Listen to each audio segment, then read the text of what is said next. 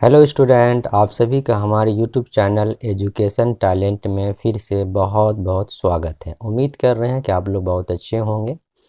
तो चलिए आज फिर एक नया वीडियो लेकर के आए हैं। आज के वीडियो में आप लोगों को बताएंगे जो भी स्टूडेंट इस बार जो बिहार बोर्ड का परीक्षा होने वाला मैट्रिक का, इस परीक्षा में जो भी स्टूडेंट शामिल हो रहे हैं, जो 17 फरवरी 2022 से परीक्षा स्टार्ट होने वाला है, उस परीक्षा के अंदर जो भी मैथ का क्वेश्चन जो आने वाला है उसी से रिलेटेड हम आप लोग के सामने आज वास्तविक संख्या चैप्टर से 7 VBI मैथ सब्जेक्टिव क्वेश्चन लेकर के आए हैं और साथ में उसका आंसर भी। तो आप लोग लास्ट तक वीडियो को ज़रूर देखिएगा।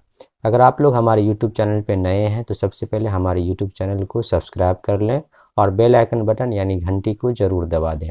इस चैनल पे इस बार आप लोगों को मैथ की पूरी तैयारी करवाएंगे। लगातार हम वीडियो लेकर के आएंगे जो आप लोग पढ़ करके 100% मैथ में रिजल्ट लेकर आ सकते हैं।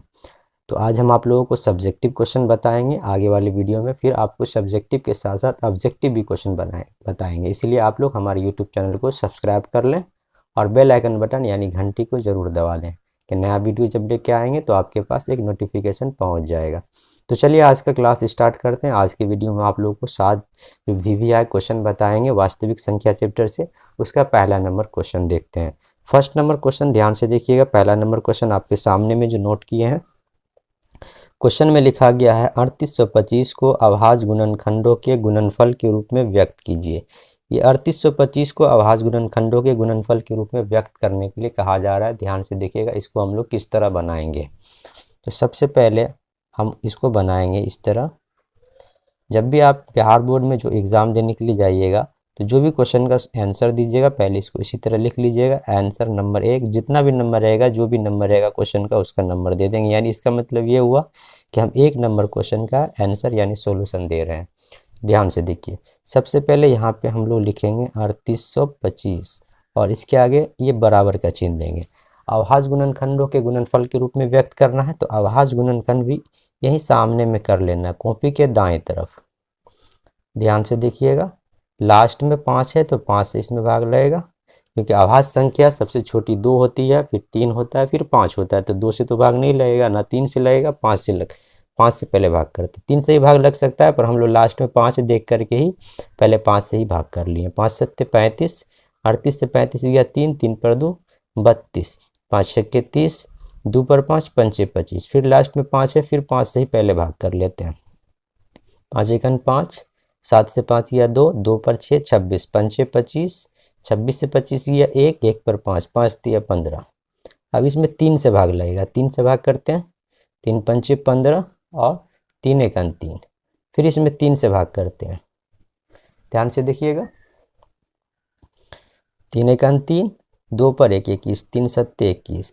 तो आपके सामने जो अभाज्य गुणनखंड जो किए हैं 3825 का, जो इसमें 2 बार 3, 2 बार 5 और 1 बार 17 प्राप्त हुआ। तो इसको बनाने का सही तरीका यही है कि जो भी पूर्णांक यानी जो भी संख्या दिया रहेगा उसको लिख देंगे, बराबर का चिन्ह देंगे और उसके आगे जो संख्या उसका गुणनफल के रूप में आया है उसको लिख देंगे। तो यहाँ पे पहले 3 लिखेंगे, 3 2 बार आया, 3 का पावर 2, 5 भी 2 बार आया तो 5 का पावर 2 और 17 1 बार आया। तो यही हो गया 3825 का अभाज्य गुणनखंड जो गुणनफल के रूप में लिखा गया है। तो क्वेश्चन नंबर 1 आपका कंप्लीट हो गया।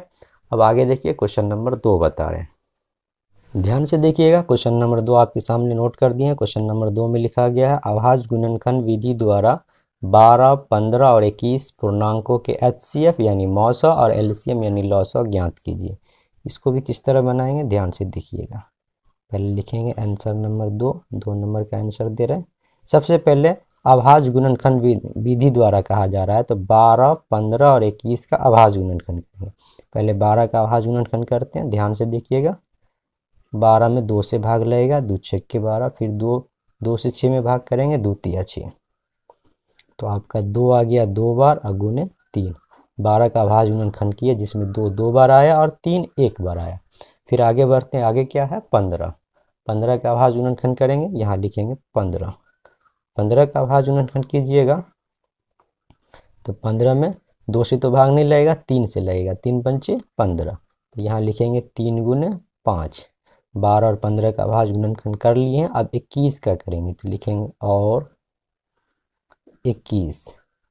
21 का अभाज्य गुणनखंड करते हैं, देखिए यहीं कर लेते हैं। 2 से तो भाग नहीं लगेगा, 3 से भाग कर लेते हैं, 3 सत्ते 21। तो यहाँ लिखेंगे 3 गुने 7। तो इस तरह 12 का अभाज्य गुणनखंड कर लिया जिसमें 2 2 बार आया, 3 एक बार। 15 का अभाज्य गुणनखंड जिसमें 3 एक बार, 5 एक बार। और 21 का अभाज्य गुणनखंड किया जिसमें 3 एक बार और 7 एक बार। अब लिखेंगे इसीलिए 12, 15 और 21 का मौसा यानी HCF। आप HCF ही सीधे लिख दीजिए चलेगा, या मौसो भी लिख देंगे तो चलेगा, या मौसो HCF भी लिखेंगे तो चलेगा। ध्यान से सुनिएगा, HCF हम लोग कैसे निकालते हैं। 2 पूर्णांक दिया रहेगा तो 2 ही का अभाज्य गुणनखंड करेंगे, 3 दिया रहेगा तीनों का अभाज्य गुणनखंड कर लेंगे, और तीनों पूर्णांक में ढूंढेंगे कौन सा संख्या ऐसा है जो तीनों में यानी मिल रहा है। तो सबसे पहले इसमें देखिए 2 इसमें है पर इसमें नहीं है, इसमें नहीं है, तो 2 के बारे में नहीं सोचेंगे मौसा यानी HCF के लिए। 3 देखिए 3 इसमें भी है, इसमें भी है, इसमें भी है। सबसे पहले तो सभी में मिलना चाहिए, और जब मिल जाए तो उसका घात देखेंगे जिसमें छोटा होगा। तो इसमें घात कुछ नहीं तो 1 है, यहाँ भी कुछ नहीं तो 1 है, यहाँ भी कुछ नहीं तो 1 है, तो सब में से 1 ही लेंगे, यानी घात छोटा लेना। आगे बढ़ते हैं, 5 इसमें है पर इस दोनों में नहीं है, 5 भी नहीं लेंगे। 7 इसमें पर ये दोनों में नहीं, यानी सभी में मिलना चाहिए मौसों के लिए। तो इसका मौसो यानी HCF 3 आ गया। एवं लॉसो को हम लोग LCM कहते हैं। सीधे LCM भी लिख सकते थे या लॉसो भी लिख सकते थे। अब ध्यान से सुनिएगा, लॉसो के लिए क्या करना है, सबसे पहले जो मिल रहा है वो लेंगे बड़ा घात वाला। तो 3 तो सब में मिल रहा था, घात सब में 1 की 1 है, तो छोटा के लिए भी 1 ही लिए, बड़ा के लिए भी 1 ही लेंगे। अब उसके बाद जो सब नहीं मिल रहा है सब ले लेंगे। जैसे 2 इसमें पर ये दोनों में नहीं है, 2 का पावर 2। 5 इसमें ये दोनों में नहीं है, 5 भी ले लेंगे। और 7 इसमें ये दोनों में नहीं है, 7 भी ले लेंगे। अब इसको गुना कर लेंगे, 3 2 का पावर 2 यानी 4 गुने 5 गुने 7। इसको गुना कीजिए, 4 तिया 12, 12 पंचे 60, 7 छक्के 42 यानी 420। यह आपका निकल गया HCF यानी लॉसो। तो अभाज्य गुणनखंड विधि द्वारा इस तरह आप 2 पूर्णांक दिया रहेगा तो 2 का भी तो दोनों में देखना है मौसों के लिए, या 3 पूर्णांक रहेगा तो तीनों में देखना। मौसों के लिए सभी में मिलना चाहिए घात छोटा वाला, लॉसों के लिए जो सब में मिलेगा घात बड़ा वाला लेंगे, और जो सब नहीं मिलेगा, जैसे मान लो कोई पूर्णांक 2 में मिल रहा है तो दोनों में देखेंगे जो बड़ा घात रहेगा वही लेंगे लॉसों के लिए, और जो सब नहीं मिलेगा वो सब लेके गुना कर दीजिएगा। तो इस तरह आपका HCF और LCM प्राप्त हो जाएगा। तो चलिए क्वेश्चन नंबर 2 भी आपका कंप्लीट हो चुका। आगे देखते हैं क्वेश्चन नंबर 3। क्वेश्चन नंबर 3 देखिए, आपके सामने में नोट कर दिए। क्वेश्चन नंबर 3 में लिखा गया है, अभाज्य गुणनखंड विधि द्वारा 96 तथा 404 का मौसो ज्ञात करें एवं उससे उनका लॉसो भी ज्ञात करें। उससे का मतलब होता है कि मौसो की सहायता से लॉसो भी निकालना है। तो देखिए सबसे पहले इसका अभाज्य गुणनखंड करके मौसो निकालना है। तो क्वेश्चन नंबर 3 है, इसीलिए यहाँ पे आंसर नंबर 3 लिखे।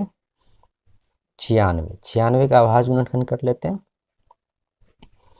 देखिए लास्ट में 6 है, 2 से भाग लग रहा है, 2 से कीजिए, 2 चौका 8, 1 पर 6 2 अट्ठे 16। फिर 2 से भाग लग रहा है, 2 दूना 4, 2 चौका 8। फिर 2 से भाग लग रहा है, 12 दूना 24। फिर 2 से भाग लग रहा है, 6 दूना 12। फिर 2 से भाग लग रहा है, 2 तिया 6।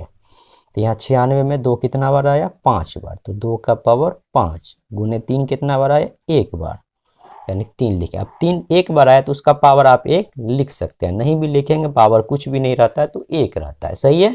अब चलिए 96 का तो अभाज्य गुणनखंड हो गया। अब 404 का करते हैं, लिखेंगे तथा 404। अब 404 का अभाज्य गुणनखंड हम यहाँ कर देते हैं, ध्यान से देखिएगा। लास्ट में 4 है, 2 से भाग लगेगा, 2 दूना 4, 0 2 दूना 4। फिर 2 से भाग कीजिए, 2 एकान 2, 0 2 एकान 2। ये 101 अभाज्य संख्या, इसमें किसी भी संख्या से भाग नहीं लगेगा। तो 2 का पावर 2 गुने 101 है ना। अब यहाँ देखिए, पहले तो इसका अभाज्य गुणनखंड कर लिया। अब इसका अभाज्य गुणनखंड विधि द्वारा 96 तथा 404 का मौसो ज्ञात करें। पहले मौसो निकाल लेते हैं, लिखेंगे इसीलिए 96 तथा 404 का मौसो बराबर। तो अभी पीछे वाले क्वेश्चन में आपको बताए हैं कि 2 पूर्णांक रहेगा तो दोनों का अभाज्य गुणनखंड। पीछे वाले क्वेश्चन में आपको बताए थे कि जब 2 पूर्णांक दिया रहेगा तो दोनों का अभाज्य गुणनखंड करके दोनों में देखना है कि कौन सा संख्या ऐसा है जो मिल रहा है। तो पहले तो मिलना चाहिए, और जो मिलेगा उसका छोटा वाला घात लेंगे। अगर 3 पूर्णांक दिया रहेगा तो तीनों का अभाज्य गुणनखंड करके तीनों में ढूंढना है। तो पर यहाँ 2 ही पूर्णांक दिया, दोनों का अभाज्य गुणनखंड कर लिए। दोनों में देखिए कौन सा संख्या ऐसा है जो मिल रहा है, जैसे 2 दोनों में है, इसमें घात 5 है, इसमें 2 है, तो पहले तो मिल गया दोनों में, तो ये लेंगे। पर अब कौन सा लेंगे जिसमें घात छोटा होगा, यहाँ 5 है यहाँ 2 है, तो छोटा वाला लीजिए, 2 का पावर 2। अब आगे बढ़ते हैं। आगे देखिए, जैसे इसमें 3 है पर इसमें 3 नहीं है तो 3 नहीं लेंगे। इसमें 101 है पर इसमें 101 नहीं है तो 101 नहीं लेंगे। तो 2 का पावर 2 यानी 4 निकल गया। मौसो तो निकल गया अभाज्य गुणनखंड विधि द्वारा। उसके बाद कहा जा रहा है एवं उससे उनका लॉसो भी ज्ञात करें। तो देखिए पुनः लॉसो निकालने के लिए उससे उनका लॉसो का मतलब हो गया कि मौसो की सहायता से लॉसो निकालना है। तो लॉसो के लिए एक फॉर्मूला होता है, लिखेंगे लॉसो ए बी बराबर, यानी ये ए बी 2 पूर्णांक है, बराबर ए गुने बी बट्टा मौसो ए बी। ध्यान से देखिएगा, समझ में आ जाएगा। देखिए यहाँ पे लिख लेंगे लॉसो, इसीलिए लिखिएगा लॉसो। ए की जगह पे आपका पहला पूर्णांक हो गया 96, अब बी की जगह पे दूसरा पूर्णांक हो गया 404। सही है, ध्यान से देखिएगा। यानी इसका मतलब ये हो गया कि आप 96 और 404 का लॉसो निकाल लें। ए की जगह पे 96 और गुने बी की जगह पे 404, बट्टा में यहाँ लिख लीजिएगा मौसो। ए की जगह पे 96 और बी की जगह पे 404, ये फॉर्मूला होता है। लॉसो ए बी बराबर ए गुने बी बट्टा मौसो ए बी। तो लॉसो ए की जगह पे 96, बी के जगह पे 404, ए की जगह पे 96 गुने बी के जगह पे 404, ये फॉर्मूला होता है, बट्टा मौसो ए की जगह पे 96, बी के जगह पे 404। तो यही आपको निकालना है। तो यहाँ लिखेंगे 96 गुने 404, तो ऐसे ही रहेगा, बट्टा। ध्यान से देखिएगा, ध्यान से देखिएगा और सुनिएगा, समझ में आ जाएगा। यहाँ देखिए 96 404 का मौसो जो यहाँ है, तो ये 96 404 का मौसो ऊपर हम लोग निकाल चुके। कितना मौसो आया है, तो 4, तो यहाँ लिख लेंगे 4। ये 4 से 404 में भाग करेंगे, आ जाएगा 101। तो आपके सामने कौन सा संख्या आया, 96 गुने 101। अब ये 96 को 101 से गुना कीजिए, तो आपका आंसर आ जाएगा 96, यानी 9696। ये आपका निकल गया लॉसो। तो उम्मीद करते हैं क्वेश्चन नंबर 3 भी आपको समझ में आ गया होगा। तो चलिए आगे क्वेश्चन नंबर 4 बताते हैं, ध्यान से देखिएगा। क्वेश्चन नंबर 4 आपके सामने में नोट कर दिए हैं, ध्यान से देखिएगा। क्वेश्चन नंबर 4 में लिखा गया है सिद्ध करें √3 एक अपरिमेय संख्या है। देखिए हम आपको यहाँ एक क्वेश्चन बताएंगे, अगर ये क्वेश्चन को आप समझ लेते हैं तो आप इस तरह √2, √5, √7 और √11, इसके अलावा भी जो संख्या एक संख्या यानी एक पूर्णांक रूट के अंदर दिया रहेगा उसे आप सिद्ध कर सकते हैं, अगर आप इस क्वेश्चन को समझ लेते हैं। तो ये क्वेश्चन इस साल के लिए मस्ट भी आए, उसे जो भी क्वेश्चन आपको बताएं सब भी आए हैं। तो ध्यान से देखिए इस क्वेश्चन को हम लोग कैसे सिद्ध करेंगे। सबसे पहले इसको हम लोग मानते हैं, जबकि सभी को पता है कि रूट वाला जो भी संख्या होता है जो रूट से बाहर नहीं आता है वो अपरिमेय संख्या होता है। फिर भी हम यहाँ इसे मानेंगे कि माना कि √3 एक परिमेय संख्या है। अब देखिए ध्यान से सुनिएगा, जबकि सभी को पता है कि रूट वाला जो भी संख्या होता है वो अपरिमेय संख्या होता है, पर हम इसे उल्टा मान के चलते हैं कि माना कि √3 एक परिमेय संख्या है। अब जब आप इसे परिमेय संख्या मान लिए तब इसे परिमेय के रूप में लिखना पड़ेगा। तो लिखेंगे तब √3 बराबर P/Q। सभी को पता है कि जिस प्राकृतिक संख्या को P/Q के रूप में लिखा जाता है उसे परिमेय संख्या कहते हैं। तो अगर √3 परिमेय संख्या है तो वो P/Q के बराबर होगा। ये P क्या है, तो लिखेंगे जहां P और Q कोई धन पूर्णांक है, P और Q कोई धन पूर्णांक है।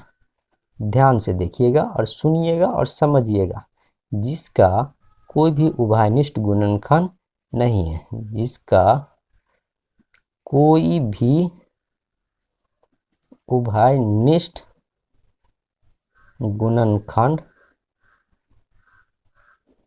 नहीं है। बस यही स्टेप से आपका सिद्ध होगा। ध्यान से देखिएगा और इस लाइन को समझिएगा। यहाँ लिखे हैं कि √3 जब परिमेय संख्या है तो वो p/q के बराबर हुआ, और ये p/q जो है कोई धन पूर्णांक है जिसका कोई भी उभयनिष्ठ गुणनखंड नहीं, यानी p/q में कोई भी ऐसा संख्या नहीं है, कोई भी ऐसा पूर्णांक नहीं है जो दोनों के अंदर मौजूद है, यानी दोनों के गुणांक में, है ना। तो अब देखिए, जब इसे आप परिमेय संख्या मान ली है तो इसे परिमेय के रूप में पूरी तरीके से ले चलते हैं। तो यहाँ से रूट हटाने के लिए सोचते हैं, तो रूट हटाने के लिए करना होगा वर्ग, तो वर्ग करेंगे तो दोनों तरफ, तो यहाँ लिखेंगे दोनों तरफ लिखिए या दोनों ओर लिखिए, यानी दोनों पक्षों में लिखिए, दोनों तरफ वर्ग करने पर। तो यहाँ लिखेंगे √3 का वर्ग बराबर p/q का वर्ग। ध्यान से देखिएगा, यहाँ लिखेंगे या √3 का जब वर्ग कीजिएगा तो रूट से बाहर बराबर p²/q²। अब यहाँ बट्टा में 1 डाल करके या वर्ग गुणन करेंगे, 1 को p² से गुना करेंगे p² बराबर 3 को q² से गुना करेंगे 3q²। इसको हम लोग समीकरण 1 मान लेंगे। अब यहाँ पे आप लोगों को एक छोटा सा कॉन्सेप्ट बताते हैं, उस कॉन्सेप्ट को अगर याद रखोगे तो आसानी से आप सिद्ध कर लोगे। देखिए कि p² के बराबर में 3q² है, तो ये 3 जो है ना, ये p के बराबर है, तो ये p का मान होगा, यानी p का मान यानी 3 p² के बराबर जो 3q² है, तो ये p का मान जो भी आएगा इसे 3 से गुना करके जो भी आएगा वो संख्या होगा p का मान। तो यहाँ पर इस संख्या को देख करके आपको समझ लेना है कि p का मान कौन सा संख्या होगा, सम या विषम। तो यहाँ अगर ये संख्या सम होगा तो p का मान सम होगा, और ये विषम होगा तो p का मान विषम होगा। तो यहाँ 3 है तो 3 तो विषम संख्या है ना। तो यहाँ पर जो भी संख्या आप लीजिएगा विषम संख्या और उसे आप गुना कीजिएगा तो वो विषम ही आएगा। तो p बराबर जो होगा वो कौन सा संख्या होगा, विषम संख्या। p जो है वो कौन संख्या, p बराबर विषम संख्या, है ना। p बराबर विषम संख्या। अब यहाँ पे एक स्टेप और लिख लीजिएगा, चूंकि ध्यान से देखिएगा विषम संख्या का वर्ग विषम संख्या का वर्ग विषम ही होता है, सही है। अब यहाँ पे बस इस स्टेप को याद रखना है, यहाँ पे इसको इसी तरीक़ा से रिवीजन करना है कि दिक्कत नहीं होना चाहिए। अब यहाँ पे एक हम मानेंगे, माना के p बराबर, अब p बराबर क्या मानना है, देखिए यहाँ पे जो भी संख्या रहेगा उसको लेकर के m मानना है। 3 है तो 3m यानी 3m, 2 रहेगा तो 2m, 5 रहेगा 5m, 7 रहेगा 7m, 11 रहेगा 11m। अब यहाँ इसको समीकरण 1 में ले लीजिए, तो यहाँ लिखेंगे समीकरण 1 से, समीकरण 1 क्या है, p² बराबर 3q², ये आपका समीकरण 1 है। ध्यान से देखिएगा, ध्यान से देखिए। अब p को क्या मान है, 3m, तो यहाँ लिखेंगे 3m का होल स्क्वायर या कर दीजिएगा बराबर 3q²। 3 का वर्ग कीजिए, 3 तिया 9m² बराबर 3q²। ये 3 से 9 कट गया, कितना मरतबा, 3 मरतबा, तो 3m² बराबर q²। अब इसको हम दायां वाले को बाएं और बाएं वाले को दाएं कर देते, ये q² दाएं से बाएं आ गया, 3m² बाएं से दाएं चला गया। अब थोड़ा ध्यान से देखिए, ऊपर वाला स्टेप को मिलाइए। यहाँ जो p² के बराबर में 3q² था, तो ये 3 को देख करके हम p को विषम माने थे। उसी तरीके से यहाँ देखिए q² के बराबर में 3m², यहाँ 3 है, तो ये 3 को देख करके q भी कौन संख्या होगा, q भी लिखेंगे, q बराबर विषम संख्या। और ऊपर इस चीज़ के बारे में हम लोग ऊपर ही एक स्टेप में लिख दिए थे कि चूंकि विषम संख्या का वर्ग विषम होता है। अब ध्यान से देखिएगा, यहाँ इसी जगह आपको समझना है बात को, है ना। ऊपर जो हम लोग लिखे थे कि p/q में कोई भी उभयनिष्ठ संख्या नहीं है, पर यहाँ देखिए p के बराबर में 3 और q के बराबर में भी 3 है, तो p/q में उभयनिष्ठ संख्या क्या हो जाएगा, अब p/q में उभयनिष्ठ संख्या कितना है, 3 है, उभयनिष्ठ संख्या 3 है। तो अतः हमारी मान्यता क्या है, गलत है। तो ऊपर पे पी और क्यू में कोई भी उभयनिष्ठ संख्या नहीं था, पर यहाँ नीचे तक जब हम लोग पहुँचे कुछ काम करने के बाद तो उभयनिष्ठ संख्या 3 आ गया। तो अतः हमारी मान्यता क्या है, गलत है। अतः हमारी मान्यता गलत है। इसीलिए √3 पहले लिख लीजिएगा कि एक परिमेय संख्या नहीं है, एक परिमेय संख्या नहीं है। तो इसीलिए √3 एक अपरिमेय संख्या है। हो गया आपका प्रूफ्ड, यानी सिद्ध हुआ। तो इस क्वेश्चन को बनाने का विधि आपके किताब के अंदर भारती वन के अंदर है ना, 3-4 विधि दिया गया है, पर आप एक इस विधि से भी आप इसे बना सकते हैं। अगर आपको एक बार में समझ में नहीं आता है तो रिपीट करके 2 बार 3 बार वीडियो देखेंगे, आपको ज़रूर समझ में आ जाएगा। तो इस तरह क्वेश्चन नंबर 4 कंप्लीट हो गया। आप देखिए आगे क्वेश्चन नंबर 5 बता रहे हैं, ध्यान से देखिएगा। देखिए आपके सामने क्वेश्चन नंबर 5 को नोट कर दिए। क्वेश्चन नंबर 5 में लिखा गया है, सिद्ध कीजिए कि 3 + √5 एक अपरिमेय संख्या। देखिए पीछे हम लोग सिद्ध किए थे क्वेश्चन नंबर 4 में √3 एक अपरिमेय संख्या है, और आपको इससे आप रिलेटेड आपको कुछ क्वेश्चन बताए थे कि जब आपसे √2, √5, √7, √11 पूछा जाए तो जिस तरह इसको बनाए उसी तरह से ये सब क्वेश्चन को आप बना लोगे। पर यहाँ जब रूट वाले संख्या के साथ कोई पूर्णांक, यानी ये अपरिमेय संख्या और ये तो परिमेय संख्या, अगर इसको अलग पढ़ें 3 तो परिमेय संख्या है, पर अपरिमेय के साथ ये परिमेय प्लस में आ गया तो ये पूरा अपरिमेय संख्या हो गया। तो जब अपरिमेय संख्या के साथ कोई भी परिमेय संख्या प्लस में, माइनस में, गुना में या भाग यानी बट्टा में रहे तो उसे बनाने के लिए इससे भी आसान तरीका, जो इस क्वेश्चन को बनाए थे उससे भी आसान तरीका इसको बनाने का। तो ध्यान से देखिए इसको हम लोग किस तरह बनाएंगे। यहाँ पहले लिख लेते हैं आंसर नंबर 5, है ना। ध्यान से देखिएगा, इसको बनाने के लिए सभी को पता है कि अपरिमेय संख्या, पर इसको भी हम लोग मान के बनाएंगे। पहले इसको हम लोग मान लेंगे कि माना के 3 + √5 एक परिमेय संख्या r है। देखिए पीछे वाले में सीधे माने थे परिमेय संख्या है, अब इसमें मानेंगे कि परिमेय संख्या क्या है, r है ना।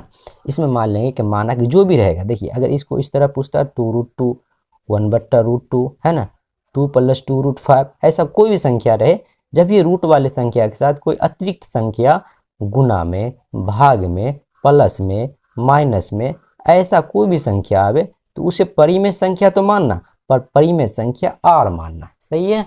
अब देखिए पीछे वाले में यहाँ लिखे थे तब का मतलब हम लोग पीछे जाते हैं, अब का मतलब आगे जाएंगे। अब 3 + √5 को अब परिमेय संख्या r माने हो तो ये 3 + √5 परिमेय संख्या r के बराबर होगा। जहां लिख लीजिएगा एक लाइन में कि r कोई धन पूर्णांक है ना, धन पूर्णांक है। अब यहाँ आपको करना क्या, ध्यान से सुनिए। यहाँ पे बस छोटा सा काम आपको करना है। यहाँ जो भी रूट वाला संख्या रहेगा उसे एक तरफ कर लेंगे, बाकी संख्या को r के तरफ भेज देंगे। तो यहाँ पहले हम लिखेंगे √5 = r, ये 3 प्लस में आगे चला गया माइनस में। देखिए एक ही बार में संख्या अलग अलग हो गया, रूट वाला इधर, बाकी सभी संख्या दाईं तरफ चला गया। अब यहाँ लिखेंगे, कभी कभी ऐसा होता है कि 2-3 स्टेप काम करना होता है। कभी यहाँ गुना में संख्या रहेगा तो उसको बट्टा में भेजना पड़ेगा, है ना। कभी माइनस में रहेगा, 2 संख्या रहेगा तो कभी माइनस वाले को इधर भेज के प्लस, फिर गुना वाले को भेज के बट्टा, अलग अलग फिर करना होता है। पर यहाँ एक ही बार में यानी अलग अलग हो गया। तो यहाँ लिखेंगे यहाँ √5 क्या है, एक अपरिमेय संख्या है, एक अपरिमेय संख्या है। ध्यान से देखिएगा, √5 एक अपरिमेय संख्या है, एवं ये जो r-3 है ये परिमेय संख्याओं का अंतर है। ये दोनों देखिए, ये परिमेय संख्या है, ये भी शून्य परिमेय संख्या, तो परिमेय संख्या ही कहलाएगा। और ये दोनों के बीच में अगर प्लस का चिन्ह रहता है तो परिमेय संख्याओं का योग, और माइनस का चिन्ह है तो परिमेय संख्याओं का अंतर। r-3 परिमेय संख्याओं का अंतर है। तो इसीलिए ध्यान से देखिएगा, ये स्टेप को अपरिमेय संख्या बराबर परिमेय संख्या। अब ये जो हम लिखे हैं ये कहाँ से लिखे हैं, यहाँ से लिखे, ये अपरिमेय और ये परिमेय, तो ये अपरिमेय शब्द में लिखे, बराबर का चिन्ह दिए, बराबर परिमेय संख्या। अब आप ही लोग बताइए कि अपरिमेय संख्या कभी भी परिमेय संख्या के बराबर हो सकता है? बिल्कुल भी नहीं हो सकता है। जो लिखेंगे जो संभव नहीं है। कैसे हो सकता है? अपरिमेय परिमेय संख्या के बराबर कैसे हो सकता है? तो जो संभव नहीं है, फिर ऐसा क्यों हुआ? तो ऐसा इसलिए हुआ कि हम ऊपर गलती किए हैं। क्या गलती की है? कि परिमेय को अपरिमेय को परिमेय माने। तो यहाँ लिखेंगे अतः हमारी मान्यता गलत है। हमारी मान्यता गलत है। तो इसीलिए ध्यान से देखिएगा, इसीलिए 3 + √5 एक परिमेय संख्या नहीं है। पहले लिखेंगे नहीं है, एक परिमेय संख्या नहीं है। तो इसीलिए 3 + √5 एक अपरिमेय संख्या है। एक अपरिमेय संख्या है। हो गया सिद्ध। यहाँ लिख दीजिएगा सिद्ध हुआ हिंदी में, या इंग्लिश में लिख दीजिएगा प्रूव्ड। तो इस तरह आप लोगों से 2√2, 1/√2, 2 + 2√5, 2 - √6 ऐसा कोई भी संख्या दिया रहे जो रूट वाले संख्या के साथ एक संख्या यानी परिमेय संख्या गुना में हो, भाग में हो, प्लस में हो, माइनस में हो, उसे इसी तरीक़ा से बनाना है। और √3 को जिस तरह सिद्ध किए थे उस तरह √2, √5, √7 और √11 वाले को सिद्ध कर लीजिएगा। उम्मीद करते हैं आपको क्वेश्चन नंबर 5 भी समझ में आ गया होगा। तो चलिए आगे क्वेश्चन नंबर 6 बताते हैं। ध्यान से देखिएगा, ध्यान से देखिए, आपके सामने में क्वेश्चन नंबर 6 नोट कर दिए हैं। बिना लंबी विभाजन प्रक्रिया बिना लंबी विभाजन प्रक्रिया किए, ये नहीं होगा, बिना गलत लिखा गया। बिना लंबी विभाजन प्रक्रिया किए बतावें या बताएं कि परिमेय संख्या 7/80 का दशमलव प्रसार शांत है या अशांत आवर्ती है। देखिए ऐसा भी क्वेश्चन आता है एग्जाम में जिसमें कहा जाएगा बिना लंबी विभाजन प्रक्रिया की, यानी बिना भाग दिए हुए बताएं कि परिमेय संख्या का दशमलव प्रसार शांत है या अशांत। जैसे भाग करके तो हम लोग बड़ी आसानी से निकाल लेते हैं कि जिस पूर्णांक में यानी अंश में जब हम लोग हर से भाग करते हैं और भाग पूरा लग जाता है, भाग पूरा हो जाता है, तो उसे हम शांत आवर्ती कहते हैं। और जब भाग नहीं लगता है, बार बार संख्या रिपीट होता रहता है, आवर्ती आती रहती है, तो उसे अशांत आवर्ती कहते हैं। और बिना भाग दिए हुए, बगैर भाग दिए हुए कहा जाए तो उसे हम लोग ऐसे निकालेंगे। देखिए कितना आसान है। 7/80 दिया, उसे लिख लीजिएगा। ऊपर वाले पूर्णांक यानी अंश को कुछ नहीं कीजिएगा, हर का अभाज्य गुणनखंड कर लीजिएगा। 40 दूना 80, 2 से भाग करेंगे, 20 दूना 40, 2 से भाग करेंगे, 10 दूना 20, 2 से भाग करेंगे, 5 दूना 10। यहाँ बट्टा में 2 आया कितना बार? तो 4 बार। अब 5 कितना बार आया? तो 1 बार। ध्यान से सुनना और याद रखना, एक फॉर्मूला होता है P/, यहाँ लिख देते हैं P/2m गुने 5m n। तो 2m लिखो, गुने 5m लिखो, या 2m लिखो, गुने n लिखो, क्योंकि m और n जो होता है ना वो दोनों है ना 0 से लेकर के अपरिभाषित तक कुछ भी संख्या हो सकता है। कुछ भी नहीं रहेगा तो हम लोग 0 भी ले सकते हैं। यहाँ 2 का पावर और 5 का पावर कुछ ना कुछ आना चाहिए। 0 से लेकर के 1 2 3 4 5 कोई भी संख्या धनात्मक पूर्णांक। अगर ऐसा आ रहा है तो दशमलव प्रसार शांत होगा, नहीं आ रहा है तो अशांत होगा। तो यहाँ देखिए तो 2 का पावर 4 और 5 के ऊपर 1, यानी 2 का पावर m और गुने 5 के ऊपर n, ये 0 से आगे कोई भी संख्या के रूप में आ गया तो दशमलव प्रसार शांत। तो यहाँ लिखेंगे अतः 7/80 का दशमलव प्रसार शांत है। सही है। अब एक बात यहाँ आपको ये भी याद रखना है, कभी कभी ऐसा होगा कि नीचे वाले का जब अभाज्य गुणनखंड कीजिएगा तो सिर्फ 2 आएगा, 5 नहीं आएगा। तो जैसे 2 का पावर जो आएगा वो तो लिख दीजिएगा, जैसे 5 नहीं आया तो 5 का पावर 0 करके वो भी शांत हो जाए, क्योंकि यहाँ आपको याद रखना है कि nm का मान कुछ भी हो सकता है 0 से लेकर के आगे धनात्मक पूर्णांक में, है ना। अगर जैसे मान लीजिए कभी कभी ऐसा होगा कि नीचे में आप अभाज्य गुणनखंड कीजिएगा नीचे वाले संख्या का यानी हर वाले का, तो 5 आएगा 2 नहीं आएगा, तो 5 का जो भी पावर आएगा वो लिख दीजिएगा, 2 जब नहीं आएगा तो 2 का पावर 0 कर दीजिएगा। और कभी कभी ऐसा होगा कि 2 भी आएगा 5 भी आएगा और अतिरिक्त कोई संख्या आ जाएगा, तो जो अतिरिक्त संख्या आएगा वो ऊपर वाले से काट के हटाने की कोशिश कीजिए। अगर कट गया तो शांत, नीचे सिर्फ 2 और 5 ही बचना चाहिए, और 2 5 के अलावा कोई और संख्या रह रहा है वो हट नहीं रहा है तो उसका दशमलव प्रश्न अशांत आवर्ती होगा। इसका आंसर आपका हो गया। क्वेश्चन नंबर 6 कंप्लीट हो गया। उम्मीद करते हैं कि आपको क्वेश्चन नंबर 6 भी समझ में आ गया। अब चलिए लास्ट क्वेश्चन बताते हैं आज के वीडियो का, क्वेश्चन नंबर 7 से देखिएगा। क्वेश्चन नंबर 7 को नोट कर दिए। क्वेश्चन नंबर 7 में लिखा गया 0.1616 के ऊपर बार का चिन्ह है को परिमेय संख्या के रूप में व्यक्त करें। इसको बार पढ़ते हैं इसको, है ना, इसको आवर्ती भी हम लोग कह सकते हैं। देखिए इसको किस तरह बनाएंगे। सबसे पहले इसको हम लोग मान लेंगे, ये 9th क्लास में आप लोग पढ़े होंगे, माना के 0.1, इसको ऐसे मानना, माना कि x बराबर 0.16। देखिए 6 के ऊपर ये बार का चिन्ह है ना, तो इसको हम 3 बार लिखेंगे। कितना बार? 3 बार, और डॉट डॉट लगा देंगे। यानी जो संख्या के ऊपर इस तरह का चिन्ह दिया रहेगा या इस तरह का चिन्ह दिया रहेगा उसको हम 3 बार लिखेंगे। अब दोनों तरफ 10 से गुना कर लीजिए। अब यहाँ पे 1 पर 0 लेके गुना किया जाता है, दोनों तरफ 10 से गुना करने पर, है ना। एक बात याद रखना है कि 1 पर 0 लेके गुना करना है। अब 1 पर 1 भी 0 ले सकते हैं, 2 0 भी ले सकते हैं, 3 0 भी ले सकते हैं, पर हम यहाँ पे कैसे समझेंगे कि हम 1 0 लें या 2 लें या 3 लें? तो यहाँ पे इस चीज़ को देखना है आपको, जैसे दशमलव, यहाँ अगर जितना 0 लेंगे दशमलव उतना अंक आगे बढ़ेगा।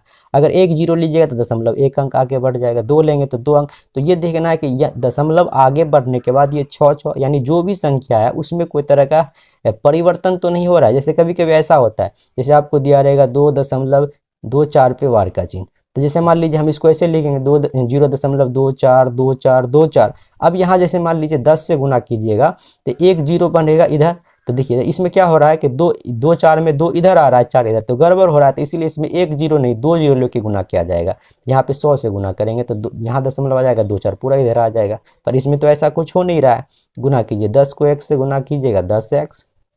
यहाँ देखिए 10 गुने 0.1666 डॉट डॉट डॉट, सही है। तो 10x बराबर, अब देखिए दशमलव यहाँ से आगे बढ़ जाएगा, तो 0.16666 डॉट डॉट डॉट। 10x बराबर 0.1 को हम लोग 1 लिख सकते हैं, दशमलव से पहले वाले को अलग कर देते हैं, दशमलव के बाद वाले को लिख लेते हैं 0.666 डॉट डॉट डॉट। दशमलव से पहले वाले 1, दशमलव के बाद वाले लिखो तो पहले 0 लिख दो, 0.666। अब ये 1 को इधर ले आओ तो 10x 1 प्लस में इधर आएगा माइनस में, बराबर में क्या बच गया 0.666 डॉट डॉट डॉट। इसको मान लीजिए समीकरण 1। अब ध्यान से देखिए, फिर इसको हम गुना करेंगे, पुनः दोनों तरफ गुना करेंगे। अब यहाँ पे सोचना कितना से गुना करें, 1 पर 1 0 या 2 0 या 3 0, तो 1 ही 0 लीजिए, क्योंकि दशमलव यहाँ से यहाँ आ जाएगा तो 6 इधर आ जाएगा, 6 6, तो फिर ये डॉट डॉट का मतलब कि बहुत सारा 6 है, जितना 6 का ज़रूरत पड़ेगा हम ले सकते हैं। तो पुनः दोनों तरफ 10 से गुना करने पर, पुनः दोनों तरफ 10 से गुना करने पर, ये देखिए 10x माइनस 1 को 10 से गुना कीजिए, 10 गुने 0.666 डॉट डॉट डॉट, सही है ना। 10 को 10 से गुना कीजिए, कितना हो गया 100x माइनस 10 को 1 से गुना कीजिए 10। अब देखिए यहाँ 10 से जब ये गुना होगा तो ये दशमलव यहाँ आ जाएगा, तो 0.626 डॉट डॉट डॉट। ध्यान से देखिएगा 100x माइनस 10 बराबर 0.6 को हम 6 लिखेंगे प्लस 0.26 है। ये डॉट डॉट का मतलब होता है कि बहुत सारा 6 है, तो हम यहाँ पे एक 6 ले सकते हैं और डॉट डॉट लगा देंगे।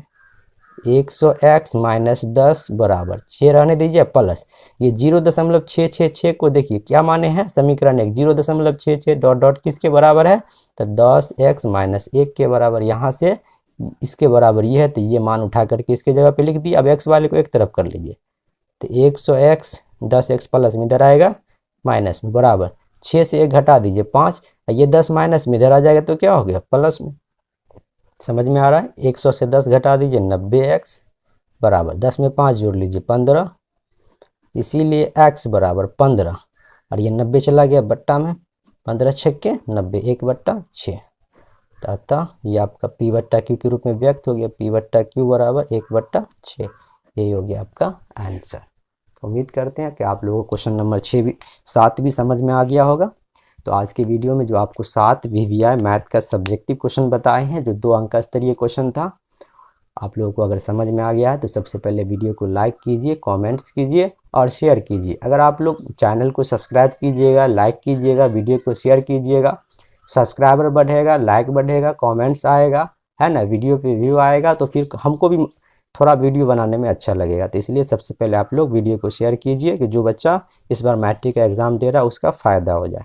फिर अगला वीडियो लेकर के जो आएंगे उस वीडियो में आप लोगों को आगे क्वेश्चन बताएंगे, ऑब्जेक्टिव का भी क्वेश्चन आपको बताएंगे, है ना।